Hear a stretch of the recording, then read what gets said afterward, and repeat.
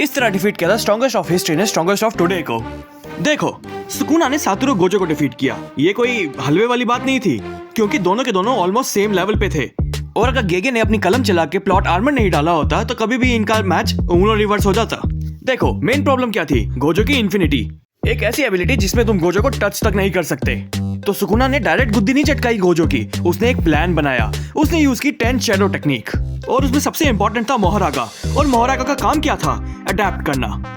Step by step Sukuna ने मोहरागा को force किया कि वो गोजो की लिमिटलेस और इन्फिनिटी को समझे और फाइनली उसे अडेप्ट कर ले। लेकिन ये इतना आसान नहीं था, इसमें टाइम लगा, रिस्क भी था, और ये भी हो सकता था कि सुकुना की गुद्दी खुद चटक जाए। लेकिन फिर गेगे बाबू ने अपनी कलम चलाई और मोहरागा ने अडेप्ट कर लिया गोजो की इन्फिनिटी को, और फिर सुकुना को मिल गया एक ब्लूप्रिंट जहां से बनी world bisecting slash, world cutting slash और वर्ल्ड स्प्लिटिंग डिसमेंटल।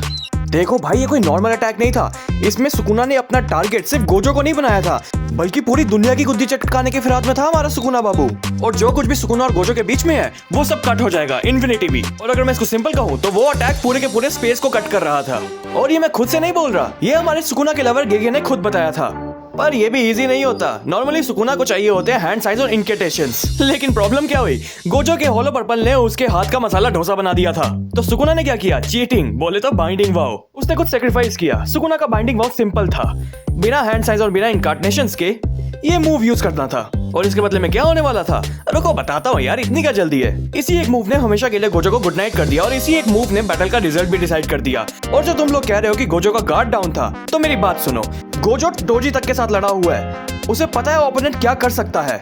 और इवन दो उसे पता है कि वो स्ट्रॉन्गेस्ट के अगेंस्ट लड़ रहा है, तो क्या वो अपना गार्ड डाउन करता? अरे पागल है क्या वो? और चलो कॉन्फिडेंस पे आके उसने गार्ड डाउन कर भी लिए, तो क्या उसकी वो 6 आंखें उसको देख नहीं पाती? ऐसे तो कोई फायदा ही नहीं हुआ। अब क्या मैं इसको राइटर की स्टोरी का कोई लूप होल समझूं, या फिर कोई एक ऐसा स्टेप जिससे राइटर खुद अपनी खुंदस निकाल रहा था गोजो से, कि जैसे कि उसको गोजो से कोई ना कोई पर्सनल ग्रजेस थे भाई, कि इसको तो मारूंगा मैं। लाइक एक कैरेक्टर को मार देना, और वो भी तब जब उसका ओपोनेंट अपनी वीकेस्ट पॉइंट पे आ चुका है। अगर मोहरागा नहीं होता ना भाई, तो सच कह रहा हूँ, एक बारी के लिए सुकुना इन्फिनिटी तो क्रॉस कर लेता।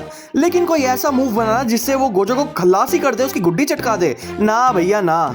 सच में अगर सुकुना को उसका ब्लूप्रिंट नहीं मिलता तो गोजो के जीतने के चांसेस एकदम 101% थे। और इसे तो बिल्कुल पता नहीं चलता कि कौन स्ट्रॉन्गेस्ट था, क्योंकि ये सिर्फ पावर्स की नहीं बल्कि स्ट्रेटेजी की गेम थी।